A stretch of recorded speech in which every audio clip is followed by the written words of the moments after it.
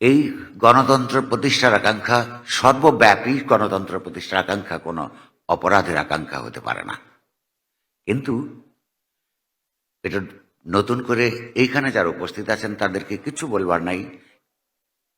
তারপরেও এই গণতান্ত্রিক আকাঙ্ক্ষাকে বাস্তবায়ন করবার মাধ্যম হিসেবে যে সমস্ত প্রতিষ্ঠান কাজ করেন, সেগুলোকে স্তব্ধ করে দেবার জন্য যারা নানাভাবে রাষ্ট্রের দিক থেকে, সরকারের দিক থেকে, আইনগতভাবে, আইনের বাইরে মার্শালের মাধ্যমে যারা স্তব্ধ করতে চান, তাদেরকে বলার জন্য বলছি, তাদের জন্য আমি বলছি যে নিজেদের মধ্যে একদিকে যেমন এই সংঘবদ্ধতার প্রয়োজন, সম্মিলিত প্রয়াসগুলো গ্রহণ করা প্রয়োজন সমস্ত প্রতিবন্ধকতার বিরুদ্ধে, তেমনি গোটা সমাজের মধ্যে আমাদের এই চিন্তার সঞ্চার করতে সবাইকে সম্মিলিতভাবেই সহযোগিতা করতে হবে যে সংবাদপত্র, অপরাপর গণমাধ্যম প্রতিষ্ঠান এগুলো কেবলমাত্র 200-500 বা 10,000 সাংবাদিকের মনের গণতান্ত্রিক আকাঙ্ক্ষা বাস্তবায়ন করবারই একমাত্র হাতিয়ার নয়।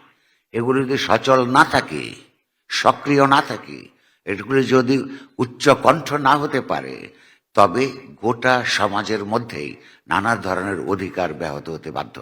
ফলে যে কোনো দেশে গণমাধ্যমের বিকাশ এবং সেই সমাজের সার্বিক গণতান্ত্রিক বিকাশ একে অন্যের সঙ্গে ঘনিষ্ঠভাবে, ওতপ্রোতভাবে জড়িত থাকে।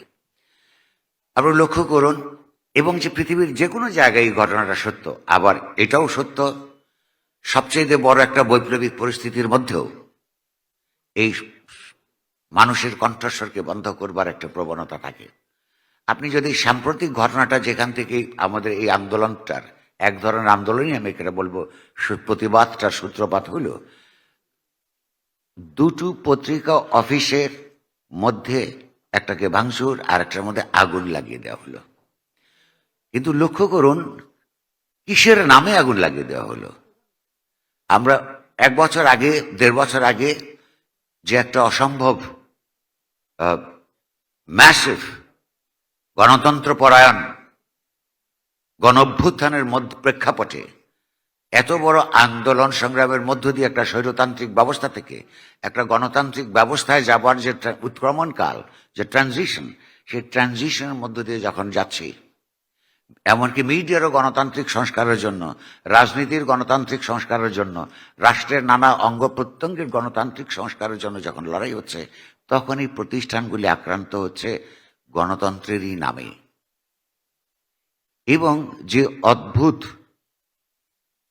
স্লোগানগুলি তারা উত্থাপন করেন, এই যেটাকে আমরা জুলাইয়ের গণ অভ্যুত্থানের সময়কার যারা কর্মী ছিলেন, সেই কর্মীদেরই নামে আমরা এই দঙ্গলগুলোকে কাজ করতে দেখছি।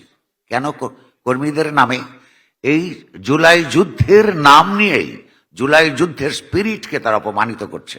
তার সমস্ত প্রমাণ আমাদের হাতের কাছে আছে। ধরুন, আমি ডেইলি স্টারের সারা বিল্ডিংয়ের মধ্যে ভেতরে এই জুলাইয়ের অনেক স্লোগান ছিল, যেগুলো যে কোনো দর্শক, যে কোনো ভিজিটার, এমনকি ওইখানে কর্মরত প্রতিটা ছেলে মেয়ে প্রতিদিন মনে রাখবার মতন কি হয়েছিল, এবং এই যে কিভাবে গণতান্ত্রিক চৈতন্য কাজ করেছিল, কি ধরনের আকাঙ্ক্ষা সেদিন স্লোগানগুলো, পোস্টারগুলোর মধ্য দিয়ে প্রকাশিত হয়েছিল, সেগুলো ছিল।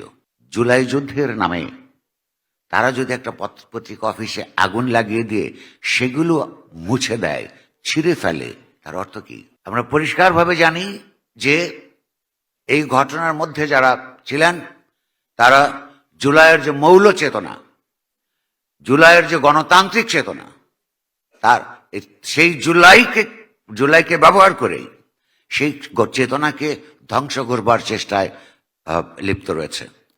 ফলে এরকম একটা সময়ের মধ্যে আমাদের প্রত্যেকের সংঘবদ্ধতা দরকার, প্রত্যেকের সচেতন সংগ্রামের মধ্যে সামিল হওয়া দরকার। সেইটা মনে করি আজকে আপনাদের সামনে আমরা উপস্থিত হয়েছি।